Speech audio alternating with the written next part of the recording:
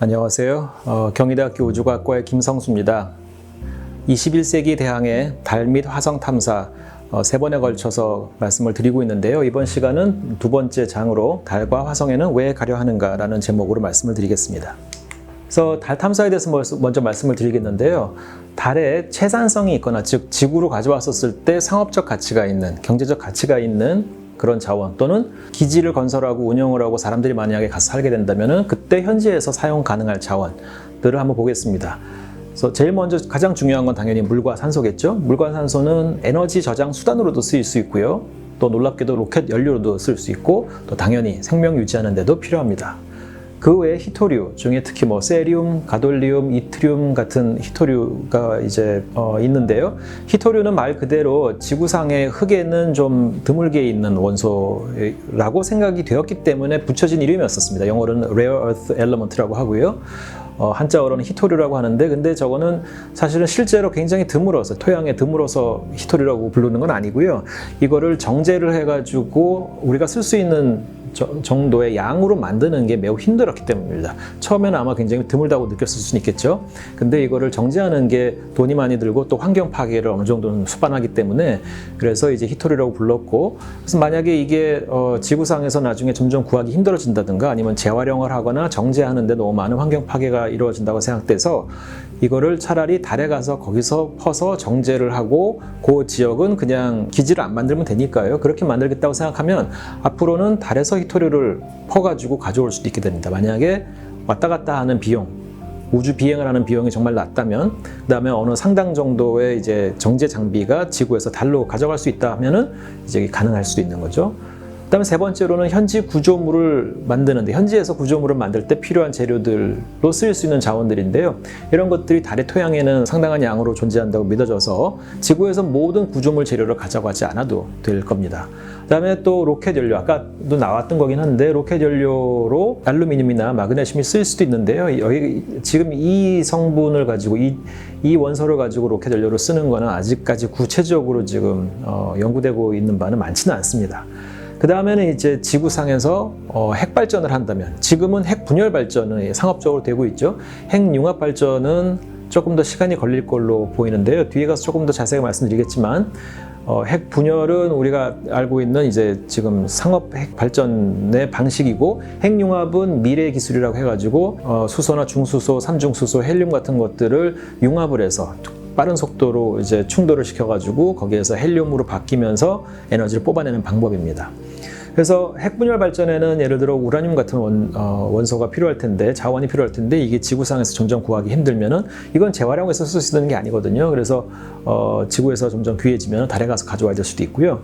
헬륨3의 경우에는 지구상에는 매우 드물고 또 이거를 정제를 해서 쓰기에도 비용이 많이 듭니다. 뒤에 가서 자세히 말씀드리겠고요. 그 다음에 칼륨이나 인 등은 화성이나 다른 이제 먼 미래에 지구 외의 다른 행성에 가서 그 토양을 정착을 하고 거기서 경작을 해야 될 필요가 있다 그러면은 거기를 비옥화해야 될 거고, 비옥화하는 데 필요한 원소로 칼륨이나 인이 필수적인데요. 이런 것들을 이제 달에 가서, 중간 기착지인 달에 가서 퍼가지고 화성이나 이런 곳에 가서 쓸 수 있겠다. 이제 이건 장기적으로 보고 있는 겁니다. 근데 그 중에 이제 오늘은 제가 물과 산소, 그 다음에 헬륨3에 대해서 말씀을 드리겠습니다. 조금 더 자세하게요. 채산성이 있는 농도의 물은 양극 주변, 즉 달의 북극이나 남극 주변에 있는 영구 음영 지역, 즉 1년 내내 달이 아무리 자전을 하고 공전을 한다 하더라도 햇빛이 직접 닿지 않는 크레이터 내부나 이런 곳이 될 텐데요.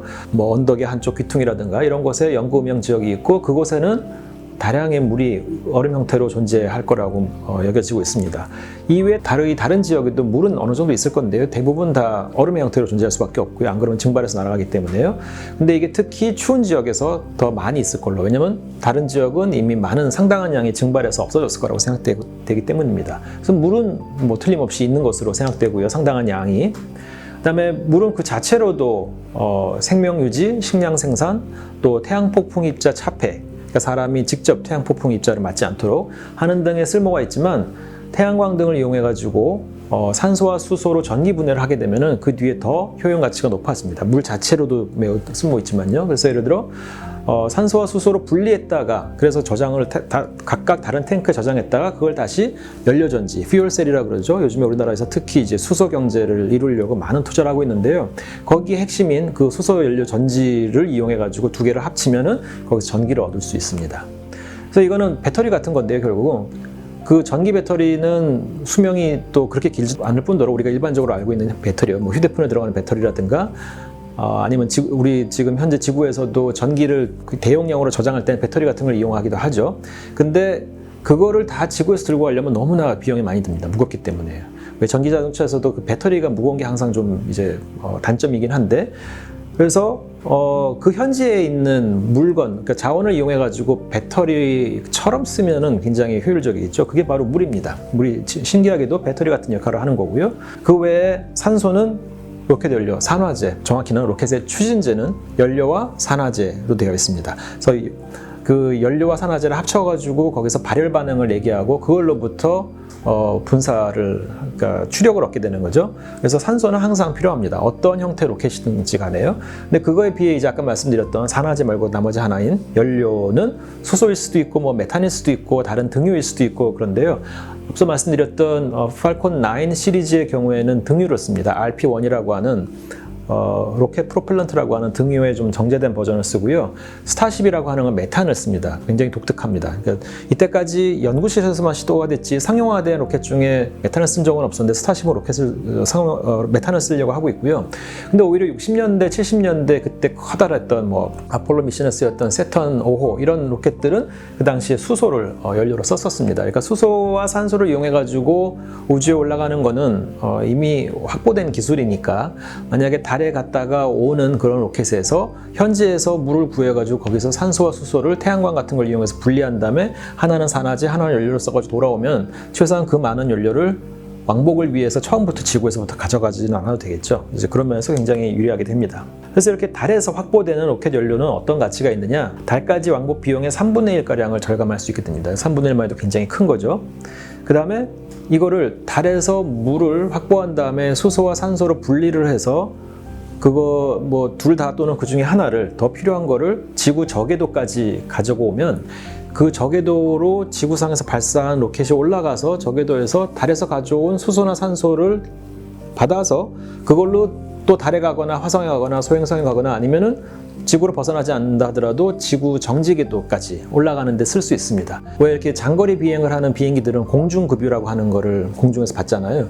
근데 그거랑 마찬가지로 앞으로는 우주급유라는 게 충분히 가능할 겁니다. 그래서 그렇게 중간에서 받는 기술이 스페이스X에서 이미 지금 개발을 하고 있습니다. 몇 년 안에 실제로 어떻게 하려고 하냐면요. 그 물론 몇 년 안에 스페이스X에서 하려고 하는 거는 달에서 가져온 연료는 아니고 달에까지 가는 아르테미스라고 하는 그 미션에서 맨 마지막에 달의 궤도에서 사람을 싣고 달 표면에 도착하는 우주선을 지금 스페이스X가 만들어가지고 제공을 할 계획인데 그 우주선 스타쉽입니다. 스타쉽을 달에까지 보낼 때 굉장히 많은 무게가 가야 되니까, 왜냐면 사람을 싣고 내려갔다 올라오는 정도니까 생명 유지 장치도 굉장히 무겁게 필요할 거고 또 달에 착륙한 다음에 다시 올라오는 또 연료도 싣고 가야 돼서 그 많은 연료와 장비를 싣고 가기 위해서 어떻게 할 계획이냐면은 스타쉽은 스타쉽 자체로 발사를 해서 저궤도까지 가고 또 다른 스타쉽이나 뭐 팔콘 헤비나 이런 걸 싣고 저궤도에 가서 두 우주선이 만나서 거기서 연료를 전달을 해서 공급을 받고 가려고 한다고 합니다. 그러니까 지구 궤도에서 연료를 넘겨받는 기술은 몇 년 내에 확보될 거고요. 그렇다면 당연히 만약에 달에 가가지고 물을 분리를 해서 그 중에 일부를 가져와서 이렇게 보시다시피 달의 표면에서부터 다시 돌아와서 지구 궤도까지 와서 지구상에서 출발한 우주선과 만나서 여기서 로켓을 넘겨받으면 로켓 연료가 여기에서의 가치보다 요 지구 궤도에서의 가치가 훨씬 높아지게 됩니다. 그 이유는 뭐냐면 예를 들어 로켓 연료를 지구 표면에서 만들 때는 킬로그램당 뭐 1달러 정도라고 보시겠습니다. 뭐 정확한 값은 아니지만 아무튼 매우 저렴하죠. 지구상에서 얼마든지 대량 생산이 가능하니까요. 근데 그거를 예를 들어 전이궤도는 지구의 저궤도인 한 200km 정도 고도하고 정지궤도인 35,000km 고도를 이어주는 궤도입니다. 그래서 가장 낮은 고도가 200, 가장 높은 고도가 35,000인 그런 궤도가 전이궤도인데요. 킬로그램당 1달러밖에 안 하는 연료를 전이궤도까지 가지고 올라오면 그게 벌써 8,000달러가 됩니다. 하지만 달에서부터 출발하면 달에서 이거를 채굴을 해가지고 전기 분해를 해서 하는데 드는 비용이 만약에 $500라고 가정을 한다면 이거는 이제 그냥 어림짐작으로 계산한 겁니다. 어림짐작으로 계산해서 $500라고 한다면은 그거를 다시 전이궤도까지 가져오는 데는 운반 비용은 불과 $1,000밖에 안 듭니다. 원래 500에서 운반 1,000 더해가지고 $1,500가 되는 거거든요. 킬로그램당. 그러니 전이궤도에서 이 지구에서 올라간 연료의 경제성에 비해서 훨씬 더 좋죠. 훨씬 더 저렴하기 때문에 이거는 지금이라도 몇 년 내에 달에 가가지고 정말로 얼음을 발견해서, 물론 대서특필되겠죠. 그 얼음을 현장에서 누군가가 촬영을 하거나 이걸 TV로 생중계를 한다면, 그래서 그 다음에 그걸 가지고 전기 분해를 해서 산소, 수소로 분리한 다음에 그 중에 일부를 들고 와서 저궤도에서 누군가에 넘겨서 그걸 비용 충당을 하는 게 충분히, 그런 시나리오가 멀지 않은 기간 안에 10년이 됐든 20년이 됐든 그 안에는 충분히 가능한 시나리오입니다, 지금. 그리고 그보다도 더 멀리 아까 말씀드린 대로 화성이나 아니면 또는 소행성까지 가는데 비용을 줄이는 데에도 달에 있는 물을 가져오는 방법이죠. 하지만 이게 영구적인 방법은 아닐 겁니다. 왜냐하면 달에도 물이 아무리 많다고 해도 그걸 우리가 앞으로 100년, 500년, 1000년 하기는 좀 못하겠죠. 그러면 언젠가는 달에 있는 물이 고갈되기 시작할 테니까요. 그래서 이제 이 방법도 아주 오랫동안 갈 방법은 아니지만, 왜냐하면 달에 있는 자원도 우리가 가능한 한 아껴 써야 될 테니까요. 근데 당분간 본격적인 우주 개발이 시작됐을 때 초기 몇 년간은 또는 몇십 년간은 충분히 경제성이 있는 그러한 역할을 할 겁니다. 그리고 헬륨3는 헬륨의 동위 원소 중 하나인데, 헬륨4가 이제 일반적인 안정된, 그리고 우리가 흔히 주변에서 볼 수 있는 헬륨이고요. 근데 헬륨3는 지구상에 그렇게 많지는 않고 또 얼마 되지 않는 걸 추출하는 것도 상당히 어렵습니다. 하지만 달 표면에는 태양으로부터 계속 날아와가지고 쌓여있는 헬륨3가 상당한 양이 있을 거라고 추정되고 있고, 지구에서 어렵게 정제를 하는 것보다는 달에 가가지고 물론 장비를 들고 와야 되는 비용이 따르겠지만 채굴을 하는 게 경제성이 있을 수 있다라고 지금 사람들이 일부는 생각하고 있습니다. 그래서 헬륨3가 그러면 지구상에서 어디 쓰이느냐? 중성자 탐지기나 아니면 의료기기, 그다음에 과학실험 이런 데 쓰이고 있고요. 조금 시간이 지난 기준이긴 하지만 미국 내 소비량이 2014년에 8kg이었으니까 지금은 전 세계적으로 못해도 20kg 이상은 될 것 같습니다. 근데 20kg은 얼마 안 되죠. 근데 문제는 지금 2020년 기준으로 해가지고 1g당 $20,000입니다. 헬륨3가. 그러니까 이거를 우리가 앞에서 얘기했던 저궤도에 올리는 비용이 항상 1kg당이었죠. 그래서 1kg당으로 따지면은 여기에다가 $20,000만 될 거고 결국 200억 원이라는 뜻입니다. 1kg에 200억 원인데 이 정도가 되면 이제 달에 가서 가져오는 게 가치가 있을 수 있습니다. 이게 경제성이 있을 수 있다는 거죠. 그래서 아까 말씀드린 대로 표토에는 상당한 그 헬륨3가 포함되어 있고요. 그래서 달 표면에서 지구로 화물을 가져오는데 드는 비용이, 아까는 제가 $1,500라고 한 거는 지구 전이궤도까지 오는 거였는데, 완전히 이제 지상까지 가져오는 데는 많이 들어도 킬로그램당 운반 비용은 $5,000 정도밖에 안 들 거라고 이제 생각되고 있습니다. 앞으로 더 저렴해지겠지만요. 지금 현재도 몇 년 내에 저 가격이 가능할 거라고 생각되고 있는데요. 근데 헬륨3가 지상에서 추출하는 데 드는 비용이 아까 말씀드린 대로 킬로그램당 200억 정도가 드는 걸 감안하면 운반 비용 킬로그램당 500만 원은 정말 아무것도 아닌 셈입니다. 200억과 500만 원은. 그러니까 200억짜리를 가져오는데 운반 비용이 500만 원 든다? 킬로그램당? 그거는 충분히 할 만한 일인 거죠. 근데 이 시장은 경제성만 따지면 있지만 그냥 규모로 봐서는 사실 크지 않습니다. 왜냐면은 아무리 많아봐야 1년에 지금 수십 킬로그램 정도만 필요하니까 이거 가지고 규모가 있는 사업을 하기에는 누구나 너도 나도 이렇게 뛰어들 만한 사업은 안 됩니다. 한두 회사가 그냥 이거를 공급하기 시작하면 그냥 끝인 정도가 되겠죠. 근데 그랬다면 제가 여기 넣지는 않았겠지만 그렇게 멀지 않은 미래에 핵융합이라고 하는 게 상업적으로 발전 가능해진다면, 즉 이때까지 있는 핵발전인 핵분열 발전 말고 핵융합 발전이 정말로 가능해지고, 첫 번째로 그 다음에 그게 경제성이 또 있어야 됩니다.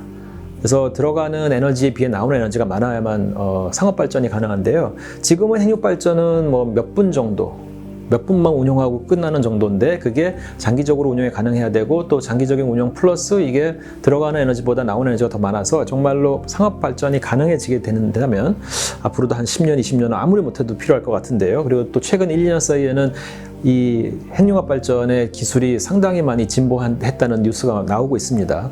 그래서 이게 정말로 가능해진다면 헬륨3가 지금 고려되고 있는 연료들 중에 하나입니다. 오른쪽에 보시면 여기에 있는 거는 핵융합 반응 중에 확률이 높은 핵반응들인데요.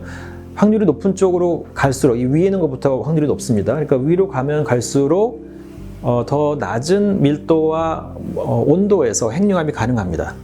그래서 그 장치에 들어가는 뭐 장비의 규모나 기술이나 아니면은 그 에너지가 그 장치를 유지하기 위한 핵융합을 유지하기 위한 에너지가 더 비용이나 에너지가 더 적다는 걸 얘기합니다. 위로 올라갈수록. 그래서 가장 사실 효율적인 거는 위에 있는 것처럼 중수소와 삼중수소를 쓰는 거고, 그 다음에 효율적인 거는 중수소만 쓰는 건데요. 문제는 이 두 개의 핵 반응은 요 빨간색으로 된 그 애들이 있고, 삼중수소는 이거 자체로도 그 방사능을 띠고 있고요. 그다음에 이 오른쪽에 있는 게 핵 반응의 결과로 나오는 부산물들인데, 부산물의 특히 중성자는 자체는 방사성을 띠지 않지만 그게 어딘가 가서 충돌을 하면 그 물체가 방사성을 띠게 만듭니다. 그래서 이런 것까지 나중에 다 고려를 해서 안정성까지 고려하면 이게 핵반응 효율만에선 좋을지 몰라도 전체적인 비용에서 오히려 더 비싸고 또 다른 새로운 형태의 환경 문제가 대두될 수 있습니다. 그래서 만약에 사람들이 과학자들이나 공학자들이 길을 여러 가지를 찾다가 결국 안 돼서 세 번째로, 여기는 빨간색 엘러먼트가 없죠. 그래서 이 빨간색이 없는 상대적으로 환경적으로 안전한 그런 세 번째 반응을 쓰게 된다면 그때는 헬륨3가 다량으로 필요하게 될 겁니다. 근데 문제는 아까 말씀드린 대로 헬륨3는 지구상에서는 구하기가 힘들고 상당히 비용이 비싸기 때문에 만약에 저 날이 뭐 20-30년 안에 오고 실제로 헬륨3가 핵융합에 쓰이게 된다면 대량으로 필요하게 될 거고요. 그러면 정말로 달에 노다지처럼 널려있는, 그렇게 깊게 파지 않아도 되는, 깊게 파봐야 뭐 1m 정도만 파도 나오게 되는 그런 헬륨3를 가서 모아가지고 정제를 해서 지구로 가져올 가능성이 큽니다. 이렇게 된다면 이게 물론 확률은 아직 좀 낮습니다. 왜냐하면 일단 먼저 핵융합 발전이 성공을 해야 되고, 두 번째 그나마 위에 두 개보다는 헬륨3가 더 가치 있는, 더 적절한 연료라는 게 판명이 돼야 되는데요. 그때가 되면은 이제는 달이 지구의 에너지를 안전한 방법으로 공급하는 데 가장 큰 기여를 하게 될 겁니다. 그리고 이제 화성 탐사를 또 좀 보면요. 아까처럼 현지 사용 가능할 자원 보면 물과 산소 다 드렸던 말씀이고요. 특이한 거는 이산화탄소입니다. 달에는 대기가 거의 없습니다. 그냥 없다고 생각하셔도 되는데, 화성에는 지구보다는 희박하지만 매우 희박해서 우리가 가서 뭐 숨을 쉴 수 있을 정도는 아니지만 그래도 대기라고 하는 게 존재를 하고, 근데 그 대기는 지구와는 달리 95%가 이산화탄소로 되어 있습니다. 근데 이산화탄소는 물론 지구상에서는 온실효과를 일으키는 주범이어서 이제 문제가 되긴 하지만 얘를 화학 반응을 통해 가지고 메탄이나 일산화탄소로 바꿀 수 있고요. 스페이스X사의 차세대 로켓인 스타쉽은 이 메탄을 사용한다고 그랬죠. 이 회사가 메탄을 다음번 로켓 엔진 연료로 선택한 데에는 여러 가지 이유가 있는데, 그 중에 결정적인 하나는 화성에 갔다 올 때는 화성에 있는 대기를 그냥 화학 반응을 통해 가지고 메탄으로 바꾸고 그걸 연료로 실어서 오겠다고 하는 생각이 있기 때문인 겁니다. 왜냐면은 일론 머스크는 처음부터 화성에 온실을 만드는 게 자기 첫 번째 목표였었는데, 로켓 만드는 회사를 만드는 것보다요.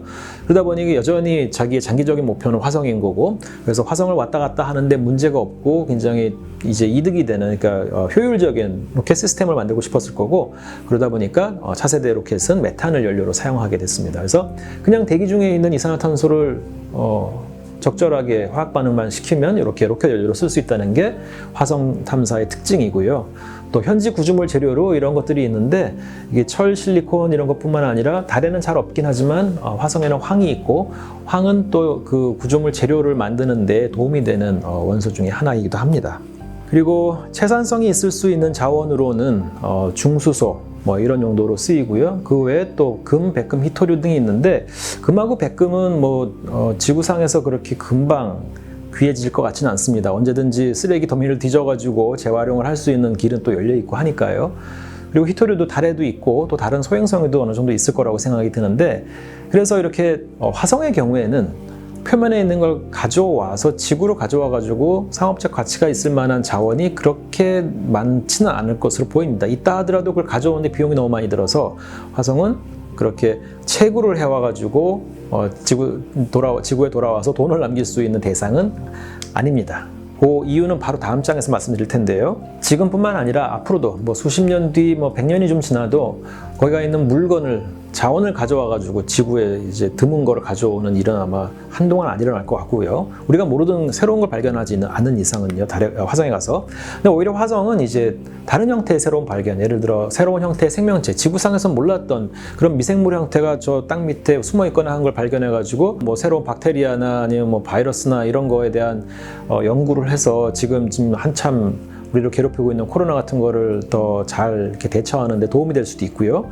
또는 거기 가가지고 생존을 하기 위해서 기술 진보가 굉장히 빨리 일어날 수도 있습니다.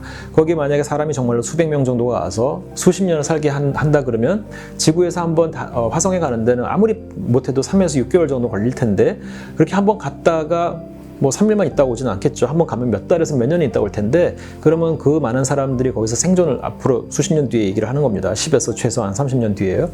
이제 그렇게 될 때는 거기 가가지고 생존을 하기 위해서 지구상에서는 하지 않았던 방식으로 여러 가지 연구와, 왜냐면 당장 급하니까요, 생존과 또 인간적인 삶을 위해서. 그래서 새로운 형태의 지적 재산이 많이 늘 수는 있을 거라고 생각을 합니다. 근데 화성이 당장 채굴의 대상은 아닐 가능성이 크다.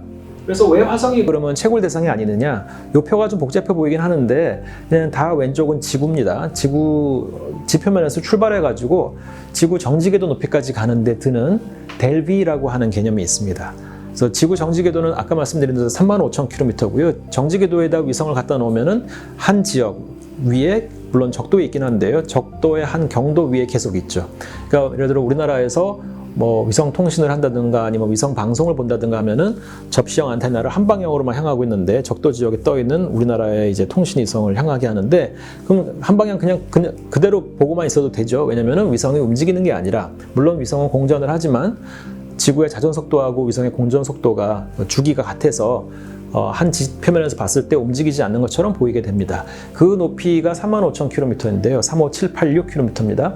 그 높이까지 가는 데는 요 세 숫자를 다 더하면, 여긴 저궤도, 이건 아까 말씀드린 전이궤도인데, 여기까지 가는데 약 13km/s. 저게 초속입니다. 시속이 아니고, 우리가 평소에 쓰는 시속이 아니라, 그러니까 3,600을 곱해줘야만 시속으로 바뀌게 되죠. 그래서 13km/s는 굉장히 빠른 속도인데, 여기서 말하는 델타 V는 예를 들어 0이라는 속도에 있는 어떤 물체를 저 속도를 얻을 때까지 가속을 해주는 데 필요한 추력, 그러니까 추력의 양을 얘기한다고 보시면 됩니다. 그러니까 로켓이 얼마나 많은 추력을 내야 되는가를 얘기하는 건데, 결국 추력이 비용이 되는 거죠. 그래서 정지궤도까지 가는데 13km/s가 필요한 데 비해서 달까지 가는 데는 조금만 더 쓰면 됩니다. 14에서 15. 그러니까 우리는 달까지의 거리가 굉장히 머니까 지구 정지궤도까지 올라가는 것에 비해 훨씬 더 많은 비용이 들 거라고 생각하지만, 물론 많은 기술은 필요합니다. 하지만 연료의 양이나 추력만 가지고 보면은 정지궤도 가는 거랑 달 가는 게 크게 차이가 나지 않습니다. 근데 그에 비해 화성은 좀 더 많이 듭니다. 그래서 14, 15로는 부족하고 뭐 18.5 나 또는 이제 그 이상이 필요한데요. 이 화성의 경우에는 그 미약하나마 있는 대기를 이용해 가지고 그 대기와의 마찰을 이용해서 추력을 좀 줄일 수 있기 때문에 정확하게 이거를 얘기하는 게 좀 어렵고요. 또 어떤 루트를 통하느냐, 화성까지 가는데 어떤 궤도를 선택하느냐, 빠른 궤도를 가느냐, 좀 천천히 가는 궤도를 선택하느냐에 따라서 드는 이 델비 비용이 달라서 이렇게 한마디로 얘기할 수는 없습니다. 하지만 그래도 분명히 달까지 갔다 오는 것보다는 비용이 훨씬 더 많이 드는데요. 왜냐하면 화성의 표면에 착륙할 때는 대기를 이용해가지고 어느 정도 마찰을 이용해서 델비를 줄일 수 있다 치더라도, 화성에서 다시 이륙해가지고 우주로 나와서 지구로 올 때, 특히 그거를 화성의 중력장을 벗어날 때는 상당히 많은 델비, 그러니까 추력이 필요합니다. 왜냐면은 그 표면 중력만 따져서는 지구의 한 40% 정도나 되기 때문에 상당한 이제 비용이 들게 되죠. 그래서 화성은 가는 것도 문제지만 또 올 때도 또 많은 비용이 들기 때문에 왕복 비용을 따지면은 달에 왕복하는 것에 비해서 훨씬 많이 듭니다. 근데 그거에 비해 이제 앞에서 한 번도 말씀 안 드렸고 제가 제목에서도 안 보여드리긴 했지만, 지구 근처에 있는 소행성, 이렇게 지구 궤도랑 유사한 궤도를 돌고 있는 소행성의 경우에는 갔다 오는데 경우에 따라서는 달보다도 오히려 더 적은 비용 또는 델비가 필요할 수도 있습니다. 그래서 만약에 인류가 지구 외 어느 장소에 가가지고 자원을 채굴을 해서 지구로 가져온다 그러면 당연히 첫 번째 대상은 달일 거고요. 지금까지는 달에 왔다 갔다 하는 걸 그 기술을 많이도 확보했으니까요. 그 다음엔 아마 소행성이 될 겁니다. 물론 사람을 보내거나 기지를 건설하거나 하는 건 화성에서 먼저 일어날 텐데요. 그래도 만약에 채굴이 목적이라면 화성보다는 소행성이 조금 더 먼저일 가능성이 크다. 그래서 소행성에서는 채산성 있는 것들이 뭐 이런 게 있고, 채굴된 자원은 이제 이런 곳에 쓰일 수 있는데요. 조금 먼 미래이기 때문에 제가 자세히는 말씀 안 드리겠고, 어쨌든 여기 보면은 이렇게 이런 독특한 지구에서 멀지 않은 미래에 귀해질 수 있는 뭐 금속류라든가 하는 이런 원소들이 소행성 종류가 여러 가지가 있는데, 소행성마다 다 자기들이 그 소행성이 많이 갖고 있는 원소들이 있을 거기 때문에, 만약에 어떤 특정한 원소가 필요하다 그러면 그게 많을 것으로 추정되는 소행성에 찾아가가지고 이제 채굴을 해온다든가 하는 거를 조금 먼 미래, 멀지 않은 미래가 아니라 먼 미래에는 하게 될 수도 있을 거라고 생각을 합니다. 그래서 이때까지 말씀드린 건 결국은 앞으로는 우주 탐사가 사업이 되는 시대가 될 겁니다. 이때까지는 예를 들어 60년대, 70년대에는 미국과 구소련이 자기의 체제 경쟁을 하려고 뭐 자본주의 대 공산주의, 뭐 자유주의 대 좀 뭐 이렇게 계획된 사회, 이런 누가 더 우수하냐, 훌륭하냐 이거 가지고 경쟁을 했다 그러면은, 그것 때문에 이제 우주 탐사를 어떻게 보면 약간 스포츠 경기처럼 체제 자체를 비교하기 힘드니까 어느 체제가 더 우수한 과학 기술을 통해 가지고 우주 탐사 기술을 획득하느냐를 가지고 경쟁을 했었죠. 그래서 그때 굉장히 기술 개발이 많이 됐었습니다. 근데 결국 사람을 달의 표면에 이제 착륙시킨 거는 미국이었고, 구소련은 그걸 못했는데, 그 이유는 사람이 달에 갔다가 그걸 다시 실어 올려서 지구까지 오려면은 그 생명 유지 장치와 또 사람도 그렇고 뭐 식량도 그렇고 어마어마한 중량이 필요한데, 그 중량을 우주에 올릴 수 있는 발사체가 개발이 구소련에서 안 됐었습니다.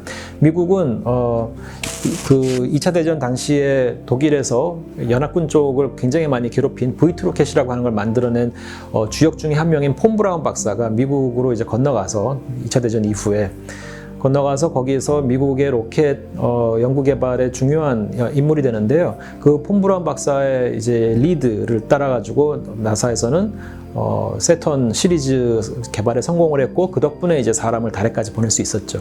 그러고 나서 이제 70년대 초반에 그 두 우주 탐사 경쟁이 한쪽의 완성으로 끝나고 나서는 우주 탐사에 대해서는 대부분의 나라들이 이제 신경을 안 쓰다가 90년대 일본이 이제 경제적으로 조금 성장한 다음에 조금 시작했고, 2000년대 와서는 그 다음에 이제 경제적으로 규모에서는요 최소한 이제 성장을 많이 한 중국하고 일본 이런 나라가 시작됐고, 2010년에 와서 이제 우리나라도 다른 몇몇 나라와 함께 동참해 가고 있습니다.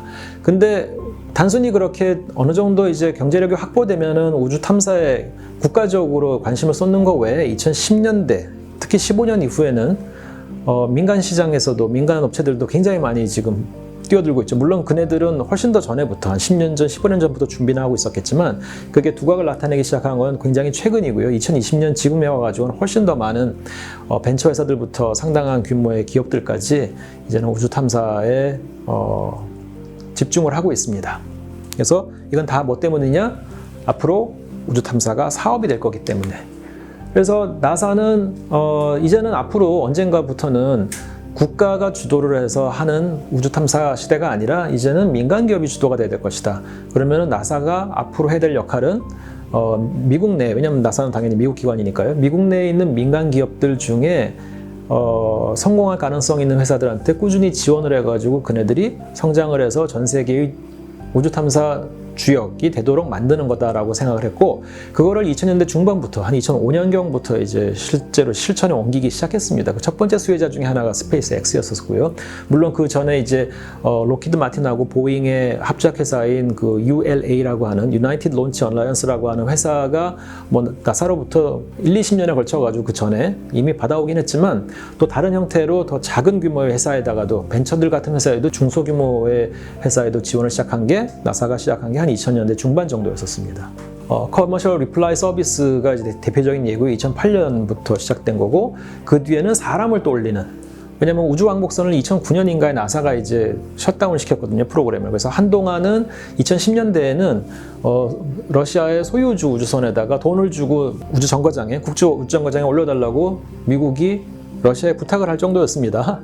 근데 왜냐면은 그때 이제 한창 쓰고 있던 셔틀 우주 왕복선 프로그램이 너무 비용이 많이 들고 이쪽은 비전이 없다고 생각해서 포기를 했고, 대신에 한 10년 정도는 러시아 도움을 받기로 하고 2020년경부터는 이제 그동안 키운 민간 회사가 자국민 우주인들을 이제 궤도에 올리게끔 하는 프로그램 했는데 완벽하게 성공을 했죠. 스페이스X가 그걸 20년에 민간 회사가 처음으로 인류 최초로 사람을 우주 정거장까지 올리는 데 성공을 합니다.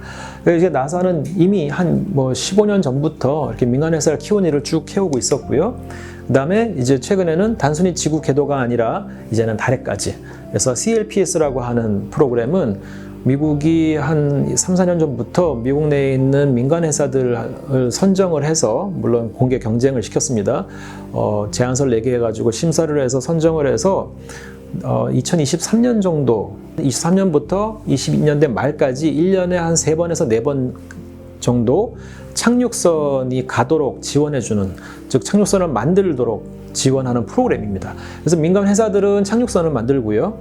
그러면은 그 민간 회사들이 지정한 로켓 회사가, 발사체 회사가 그걸 발사를 시켜가지고 달까지 보내줍니다. 그럼 민간 회사가 만든 착륙선이 달에 착륙을 하고, 그 다음에 그 달에 착륙을 해가지고 하는 과학 활동 같은 거는 또 미국 안에 있는 연구소나 정부기관들 또는 대학들에서 그 탑재체를 만들어서, 그러니까 3개의 이제 꼭지가 있는 거죠. 하나는 발사체고요. 그다음 하나는 착륙선. 이게 착륙선이 제일 중요한 겁니다. 그다음에 착륙선에 실게 되는 탑재체, 이런 것들을 지원하는 프로그램을 만들었습니다. 그러니까 나사가 직접 하는 게 아니고 민간 업체가 하도록 이끄는 거고요.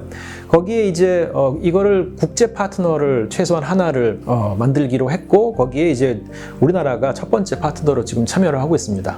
그래서 한국천문연구원이 이 사업을 지금 한국 측 대표자로 수행을 하고 있고, 몇 년 안에 우리나라가 만든 탑재체가 이 CLPS 프로그램의 착륙선을 타고서는 달에 내려서 연구를 하게 될 날이 이제 조만간 오게 될 겁니다. 향후 우주 탐사 프로그램들을 보면요, 달 탐사는 먼저 미국이 좀 전에 말씀드린 CLPS 프로그램을 20년대에 열심히 할 거고요. 1년에도 3, 4번씩 계속 착륙선에 내려갈 겁니다. 그 다음에 우리나라도 지금 첫 번째 달 궤도선을 만들어서 보내려고 하고 있는데, 지금 예정으로는 22년 8월 발사 예정이고요. 우리나라 측에서 만든 4개의 탑재체랑 미국 측에서 만든 하나의 탑재체가 갈 예정입니다. 그래서 우리나라도 드디어 이제 지구를 벗어난 우주 탐사에 시동을 거는 거고요. 그다음에 스페이스X는 2023년에 사람을 태운 채로 우주관광, 21년에 있었던 우주관광은 지구의 고도 한 80km에서 100km까지만 잠깐 갔다 오는 거였는데, 이거는 비교가 하기가 좀 그렇죠. 이거는 며칠에 걸쳐 가지고 달까지 가서 선회를 하고 사람을 태운 채로 돌아오는 거를 이제 하려고 하고 있습니다. 첫 번째 당첨된, 물론 돈을 낸 사람이긴 한데요, 이제 일본의 억만장자인 사람이 이제 첫 번째 승객이 된다고 합니다. 그 다음에는 나사가 다시 사람을 달에 착륙시키려고 하고 있고요. 2024년 목표인데, 소송 문제나 이런 것 때문에 아무리 빨라야 25년, 늦어지면 26년까지도 연기가 될 수 있다고 정말 얘기를 들었고요. 근데 제일 중요한 건 이런 굵직굵직한 프로그램도 있는데, 제가 정말 말씀드리려고 하는 거는 러시아, 일본, 중국, 인도, 영국, 멕시코, UAE, 독일, 호주, 터키, 유럽, 태국 등 다양한 나라가 2028년까지, 2021년경부터 8년까지 굉장히 다양한 무인 탐사 계획을 추진하고 있다는 겁니다. 이렇게 짧은 기간 안에 저렇게 많은 나라가 참여한 적이 없었거든요. 물론 러시아, 일본, 중국, 인도까지만 해도 이미 달에 탐사선을 보낸 적이 있는 굵직굵직한 나라들이지만, 영국은 EU의 일부로서만 참여했지 직접 독립적으로 간 적은 없는데 이제 나서려고 하고 있고, 멕시코나 UAE는 요즘에 두각을 많이 나타내고 있습니다. 독일도 따로 독자적으로 하려고 하고 있고, 호주도 그동안에는 사실 우주 탐사에서는 그렇게 적극적이지 않았는데, 호주, 터키 등도, 또 심지어 이제 태국 등도 관심을 가지고 계획을 갖고 있으니 정말 다시 돌아온 우주 탐사 시대가 되었습니다. 그리고 화성 탐사도 이때까지는 꾸준히 미국이나 러시아가 2년에 한 번 정도씩 화성에 탐사선을 보냈는데요. 보통 10년에 한 3번에서 4번 정도 갔었습니다. 근데 지금 보면 2025년까지 7개, 한 21년에서 25년 사이에 7개의 무인 탐사 계획이 가니까 예전에 비해서는 2배에서 3배까지 이제 1년당 탐사 계획을 보면 이제 많아진 거죠. 한 10년 전, 20년 전에 비해서 월등하게 달이나 화성 탐사에 전 세계 나라들의 관심이 많아졌다는 걸 보여주고 있는 거고요. 이건 다 정부 기관들이 가는 겁니다. 화성은, 위에 거는. 하지만 밑에 걸 보시면 스페이스X가 24년에는 뭐 무인 우주선을, 그 다음에 26년에는 유인 우주선을 화성에 보내겠다고 계획을 잡고 있습니다. 그리고 이렇게 가속도가 붙고 있는데요, 우주 탐사가. 이제 그 원인을 보면은 2000년대 와가지고 이제 잠자고 있던 중국이 이제 추격을 시작을 했고, 그러다 보니까 이제 전통적으로 강국이었던 미국이나 러시아나 유럽들이 이제 조금 조바심을 내고 경계를 했겠죠. 그래서 그동안 잠자고 있던 또는 천천히 가고 있던 우주 탐사 프로그램들을 더 속도를 내기 시작했고요. 그 다음에 우주 탐사 시장의 급성장에 대한 기대. 이제 이게 정말로 중요한 시대가 오는구나, 돈이 될 수도 있구나. 이거를 그냥 단순히 뭐 중국이 따라온다고 할 게 아니라 앞으로 정말 우주 시대가 왔는데 각국의 나라가, 우리나라 또는 내 기업이 여기에 준비가 안 돼 있으면 안 되겠구나 하는 걸 느꼈기 때문입니다. 그래서 정부로만으로는 부족하다고 생각해서 이제는 각국 정부들이 민간 우주 탐사 업체를 열심히 키우려고 하고 있죠. 아까 보여드렸던 미국이 이제 나사가 가장 대표적인 예입니다. 그래서 그러면 민간 우주 탐사 회사들이 할 수 있는 사업 분야가 어디냐면, 첫 번째로는 결국은 정부 주도 우주 탐사 사업에 참여하는 걸 겁니다. 뭐 CLPS라고 하는 프로그램이 대표적인 예고요. 그 다음에는 올해 이미 일어났는데 우주여행, 돈이 많은 사람들을 우주에 보내주는 프로그램을 운영하는 건데, 이 프로그램은 근데 그것만으로 돈이 아주 크게 벌릴 것 같지는 않은 게, 이렇게 우주여행을 할 수 있는 돈이 많은 사람들의 숫자는 한정되어 있기 때문이고요. 그 다음에 우주 탐사 그러면 일단 뭐 수백억, 수천억, 뭐 수조 원, 뭐 기간에 따라 다르겠지만 이런 규모인데, 그거에 비해 우주여행은 그렇게 크지는 않을 것으로 보여집니다. 그러니까 결국은 민간 우주 탐사 사업이 가야 될 궁극적인 방향은 뭐 언제까지나 정부 사업에만 참여할 수 없으니까요. 결국 아까 말씀드린 달이나 소행성에 자원 채굴을 하는 게 아주 먼 목표가 될 거고요. 근데 그 전까지는 예를 들어 달에 기지를 만들거나 화성에 기지를 만들면 거기까지 무언가를 보내고, 그다음에 뭐 채굴 장비를 만들거나 우주 기지를 건설하거나 그 안에 생명 유지 장치를 만들거나 거기 사람이 살 수 있게 하거나 하는데 굉장히 많은 뭐 자원도 들어갈 거고 운송도 필요할 거고 기술도 필요할 겁니다. 이런 데에도 상당히 많은 민간 업체의 참여 기회가 있을 것으로 생각되어지고 있습니다. 그래서 지금 이 그림을 보시면 이건 2019년, 18년에 학회 또는 뭐 컨퍼런스, 심포지움의 이제 안내장이라고, 포스터라고 보실 수 있는데요. 이게 다 보면은 유럽에서 한 것들입니다. 여기도 유럽이라고 돼 있고, 저기도 유럽이고, 그리고 또 뉴스페이스라는 단어가 안 빠지고 들어가죠. 이게 20년하고 21년에는 코로나 때문에 이게 이런 행사들이 열리지 못해가지고 포스터를 뭐 여기에는 보여드리지 못했는데, 어쨌든 18년, 19년에만 해도 이런 비슷한 행사들이 유럽에서 많이 일어났었습니다. 이게 이제 재밌는 게 뉴스페이스라는 단어도 재밌고, 또 이게 유럽이라는 것도 재밌는데요. 그 이유는 뭐냐면은, 뉴스페이스란 말은 어디서 나왔냐? 물론 이제 그 전에는 정부 주도였는데 이제는 민간 주도로 넘어간다는 의미가 가장 크긴 합니다. 근데 왜 하필이면 저 단어를 썼을까인데요. 물론 스페이스 2.0이라는 단어를 쓰기도 하는데, 뉴스페이스란 말은 아마도 이 지도의 제목에서 볼 수 있다시피 이게 신세계 지도라고 하는 독일 사람이 1540년에 만든 건데요. 1540년이 어떤 때였냐면은 콜럼버스가 대서양을 건너가지고 그 중미, 그러니까 미국 대륙을 발견한 게 1592년이고요. 포르투갈이 아프리카 대륙을 이제 돌아와서 인도까지 가는 항로를 개척한 게 1498년입니다. 그래서 그게 15세기 말이었고 이게 16세기 중반인데, 그래서 신세계도 알려지고 대양 항해가 가능해진, 먼 바다를 항해하는 게 가능해진 다음에 얼마 지나지 않았었을 때였고, 그때 유럽 사람들한테 이 신세계, 새로 발견한 대륙 을 뉴 월드라고 불렀는데, 이 신세계가 주는 충격과 기대나 이런 것들이 어마어마했을 겁니다. 왜냐면은 그때 잘 투자를 했던 사람들은 상당히 많은 돈을 벌었고, 나라도 뭐 완전히 시스템이 바뀌고 할 정도였기 때문에 큰 변혁이 있었고요. 그때 뉴월드라는 단어를 썼는데, 이 뉴월드를 결국 개척했던 게 그 유럽 사람들이었죠. 그래서 지금 많은 사람들이, 뭐 유럽 사람뿐만 아니라 많은 사람들이 지금 2000년대 와가지고 벌어지고 있는 이런 새로운 우주 탐사 이 현상이 15세기, 즉 1400년대에서 1500년대로 넘어가는 그때쯤에 있었던 이 대항해 시대 또는 신세계 발견의 재판이다. 이게 다시 재현되는 것이다 라고 보는 사람들이 많습니다. 그래서 15세기에 있었던 대항해와 이제 지금 일어나고 있는 21세기 일어나고 있는 대항해를 비교하면서 유럽은 뭘 배웠고 인류는 뭘 배웠고 우리는 지금 어떤 걸 바라보고 있어야 되는지를 한번 생각해보고 하는 시간을 가지려고 말씀을 드리고 있는 중입니다. 그래서 다음 시간은 마지막 장으로 15세기의 대항해랑 21세기의 대항해를 비교하는 시간을 가져보도록 하겠습니다. 감사합니다.